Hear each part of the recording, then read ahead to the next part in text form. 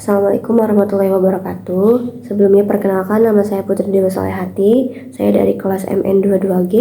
Tujuan dari pembuatan video ini adalah untuk memenuhi tugas pada mata kuliah Manajemen Keuangan sesi kedua. Pada kesempatan kali ini saya akan menjelaskan tentang lembaga keuangan dan macam-macamnya, kemudian laporan keuangan dan juga macam-macam laporan keuangan. Baik, langsung saja ke pembahasan pertama, yaitu lembaga keuangan. Apa itu lembaga keuangan? Lembaga keuangan adalah entitas yang beroperasi dalam sektor keuangan untuk menghimpun, memobilisasi, dan mengalokasikan dana. Mereka memiliki peran penting dalam perekonomian untuk memfasilitasi aliran dana dan mendukung pertumbuhan ekonomi. Lembaga keuangan di Indonesia ada beberapa jenis lembaga keuangan yang meliputi bank, perusahaan asuransi, pasar modal, dan lembaga keuangan mikro. Beberapa lembaga terkenal di Indonesia termasuk Bank Indonesia, Bank Rakyat Indonesia, dan PT Asuransi Jiwa Manulife Indonesia. Setiap lembaga keuangan memiliki peran dan fungsi uniknya dalam mendukung perekonomian dan pertumbuhan ekonomi negara. Mereka juga tunduk pada regulasi dan pengawasan dari otoritas keuangan untuk menjaga stabilitas dan integritas sistem keuangan. Berikut ini saya akan jelaskan beberapa macam lembaga keuangan. Yang pertama ada bank. Bank adalah lembaga keuangan yang menghimpun dana dari masyarakat dan memberikan pinjaman serta menyediakan berbagai layanan keuangan seperti tabungan, kredit, dan layanan pembayaran. Selanjutnya yang kedua itu ada lembaga keuangan dan non-bank. Ini adalah termasuk perusahaan asuransi, perusahaan sekuritas, dana pensiun, dan perusahaan pembiayaan. Mereka tidak memiliki lisensi perbankan tetapi menyediakan layanan keuangan yang beragam. Yang selanjutnya itu yang ketiga ada lembaga mikro keuangan. Lembaga mikro keuangan adalah organisasi misalnya seperti koperasi kredit, lembaga keuangan mikro atau bank mikro yang fokus pada pemberian kredit kecil kepada anggota masyarakat yang kurang mampu. Selanjutnya yang keempat itu lembaga keuangan internasional, contohnya Bank Indonesia dan Dana Moneter Internasional yang memberikan bantuan keuangan dan dukungan keuangan kepada negara-negara di seluruh dunia. Langsung saja ke pembahasan yang kedua, yaitu laporan keuangan. Apa yang dimaksud dengan laporan keuangan? Laporan keuangan itu adalah dokumen atau ringkasan yang menyajikan informasi mengenai kinerja keuangan suatu entitas seperti perusahaan, organisasi, atau individu selama periode waktu tertentu. Laporan keuangan ini berisi informasi tentang pendapatan biaya, laba, kerugian, aset, kewajiban, dan ekuitas. Tujuan utama dari laporan keuangan adalah untuk memberikan gambaran yang jelas dan transparan tentang situasi keuangan entitas tersebut kepada pemangku kepentingan seperti pemegang saham, kreditur, dan pihak-pihak yang berkepentingan lainnya. Laporan keuangan umumnya terdiri dari neraca, laporan laba rugi, laporan arus kas, dan catatan-catatan tambahan yang memberikan rincian lebih lanjut tentang informasi keuangan. Baik, yang selanjutnya saya akan menjelaskan tentang jenis laporan keuangan. Menurut Pernyataan Standar Akuntansi Keuangan atau PSAK, terdapat 5 jenis laporan keuangan, diantaranya yang pertama laporan laba rugi. Laporan laba rugi berisikan keadaan laba atau rugi dari suatu perusahaan.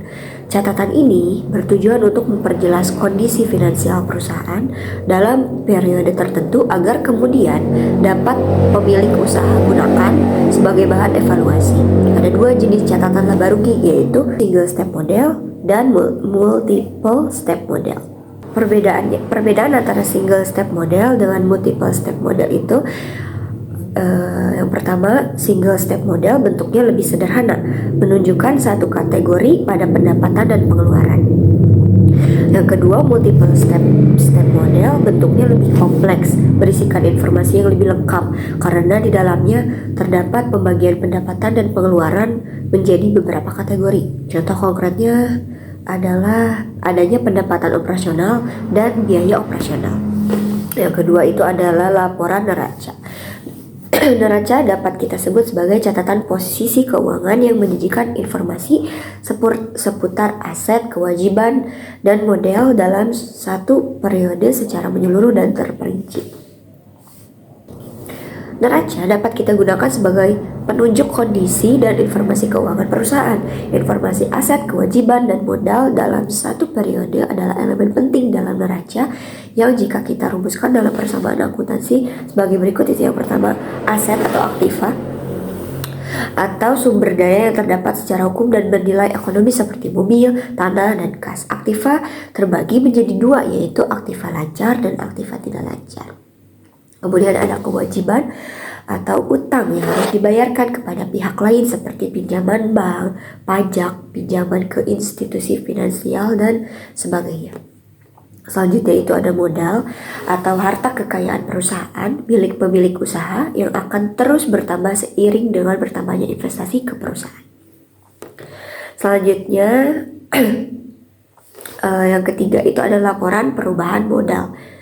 Seiring dengan beroperasinya suatu usaha, modal awal dapat mengalami perubahan sesuai kinerja perusahaan. Catatan ini digunakan untuk mengetahui seberapa besar perubahan modal beserta penyebabnya. Data yang kita perlukan untuk membuat laporan perubahan modal adalah modal awal, pengembalian dana dari periode tertentu, dan total laba atau rugi bersih yang diperoleh. Laporan ini dapat kita kerjakan setelah membuat catatan laba atau rugi terlebih dahulu. Kemudian yang keempat itu ada laporan arus kas. Jenis laporan keuangan yang satu ini membantu kita untuk memahami arus masuk dan keluarnya uang. Selain itu, catatan ini berfungsi sebagai indikator prediksi arus kas di periode selanjutnya. Arus kas masuk dapat kita lihat dari hasil operasional, pendanaan, dan pinjaman. Sementara itu, arus kas keluar dapat dilihat dari beberapa banyak biaya operasional dan investasi yang perusahaan lakukan. Dalam laporan arus kas ada 3 jenis aktivitas penting yang perlu diingat. Itu diantaranya yang pertama, operasional, yaitu berkaitan dengan penjualan, pembelian, dan pengeluaran operasional, meliputi penjualan produk atau jasa, pembayaran bunga dan pajak pendapatan, serta pembayaran sewa, gaji, dan upah. Yang selanjutnya itu investasi, berkaitan dengan aktivitas arus kas yang dihasilkan dari penjualan atau pembelian aktiva tetap. Contohnya penjualan pabrik, mesin, peralatan, dan aset tidak lancar lainnya. Yang selanjutnya itu ada pendanaan, aktivitas kas yang berasal dari penambahan modal perusahaan. Untuk menghitungnya, kita dapat menjumlahkan atau mengurangi nilai kas dari kewajiban jangka panjang dan ekuilitas pemilik.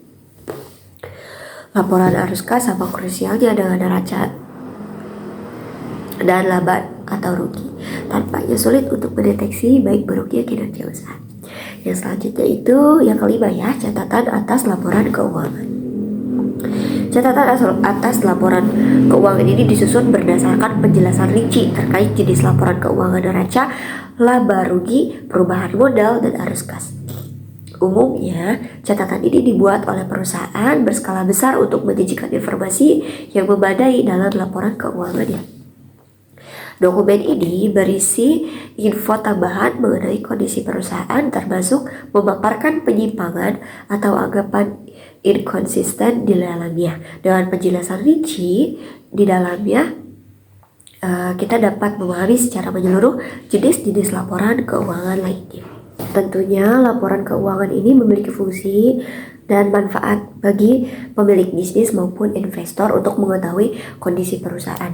Bagi perusahaan, dokumen tersebut menjadi salah satu indikator penting dalam pengambilan keputusan dan kebijakan ke depannya. Sementara itu bagi investor, laporan keuangan perusahaan dapat menjadi pertimbangan dalam memutuskan untuk berinvestasi.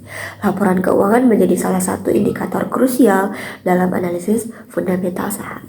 Mungkin cukup sekian materi yang dapat saya sampaikan. Kurang lebihnya mohon dimaafkan. Terima kasih atas perhatiannya. Wassalamualaikum warahmatullahi wabarakatuh.